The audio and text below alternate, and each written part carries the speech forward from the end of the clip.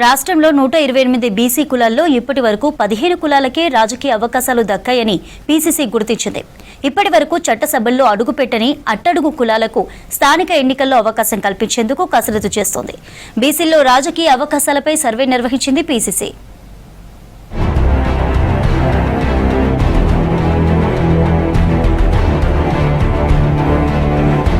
బీసీల్లోని అట్టడుగు కులాలు, సంచార జాతులకు కులగణన ఫలితాలు అందించేందుకు పీసీసీ కార్యాచరణ రూపొందిస్తోంది. కులగణన లెక్కల ఆధారంగా ఈ జాతులకు రాజకీయ ప్రాతినిధ్యం కల్పించాలన్న ఆలోచనతో ఆ కులాల వివరాలు సేకరిస్తోంది.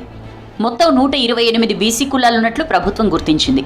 ఇందులో ఇప్పటి వరకు 10 నుంచి 15 కులాలకే చట్టసభల్లో ప్రాతినిధ్యం ఉంది. మిగిలిన కులాల వారెవరూ చట్టసభల్లో అడుగు పెట్టలేదని సర్వేలో తేలింది. జిల్లా, మండల పరిషత్, సర్పంచ్ పదవులు దక్కని కులాలు 80 వరకు ఉన్నట్లు గుర్తించింది.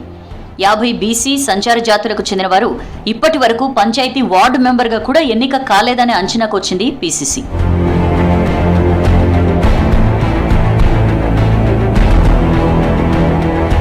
రాజకీయంగా ఇప్పటి వరకు ఎలాంటి ప్రాతినిధ్యం దక్కని కులాలను గుర్తించి ఏ ప్రాంతంలో ఏ కులాల వారు ఎక్కువగా ఉన్నారనే వివరాలను తెలుసుకోవాలని నిర్ణయించింది పీసీసీ.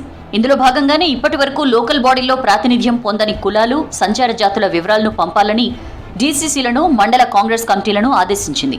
ఆ వివరాల ఆధారంగా ఆయా వర్గాలకు లోకల్ బాడీ ఎన్నికల్లో వార్డు మెంబర్, సర్పంచ్, జిల్లా, మండల పరిషత్ సభ్యులుగా అవకాశం కల్పించే దిశగా కాంగ్రెస్ కసరత్తు చేస్తోంది.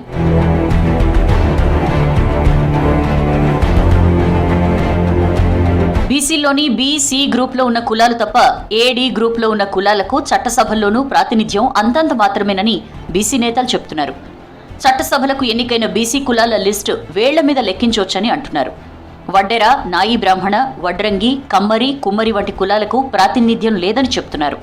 అవుసుల వంటి కొన్ని కులాలకు ఎప్పుడో ఒకసారి అవకాశం వస్తుందన్నారు. రాబోయే అసెంబ్లీ, లోక్సభ ఎన్నికల్లో చట్టసభలకు ఎంట్రీ ఇవ్వని కులాలకు, తక్కువగా రాజకీయ ప్రాతినిధ్యం ఉన్న కులాలను గుర్తించి వారికి అవకాశాలు కల్పించేందుకు ఇప్పటి నుంచే ఫోకస్ పెట్టింది పీసీసీ.